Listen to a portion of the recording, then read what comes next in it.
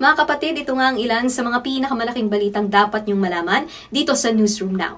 May bago nang leader ang House of Representatives matapos mag-resign kahapon si dating Speaker Martin Romualdez. Ang pumalit sa kanya na si Isabela Congressman Bogie D. III, sinigurong tatrabahuhin daw niya ang pagbabago sa Kamara. Nagpatutsada naman si Congressman Paulo Duterte sa pagpapalit ng liderato. Sinabi niyang mismong si Presidential Son at House Majority Leader Sandro Marcos naman daw ang pumili kay Congressman Bogie D. Anya, tama na daw ang panluloko at tigilan na ang palabas. Nananawagan naman si Congressman Marcos kay Ako Bicol Congressman Zaldi Co na umuwi na ng bansa. Matatanda ang idinawit si Co sa korupsyon sa mga proyekto ng DPWH. Kung patuloy raw ang pagliban ni Co sa Kamara, posible raw siyang maharap sa reklamo sa Ethics Committee.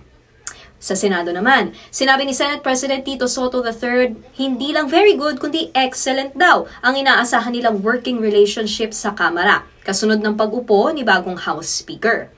At sa gitna naman ang nagpapatuloy pa rin na investigasyon ng Senate Blue Ribbon Committee sa mga maanomalyangang flood control projects, i-issuehan na ng subpoena si former DPWH Yusek Cabral na mag-attend sa mga susunod na hearings. Na-cite rin in contempt si Curly Discaya sa pagsisinungaling sa committee tungkol sa dahilan ng hindi pag-attend ng kanyang asawa na si Sara sa mga hearing.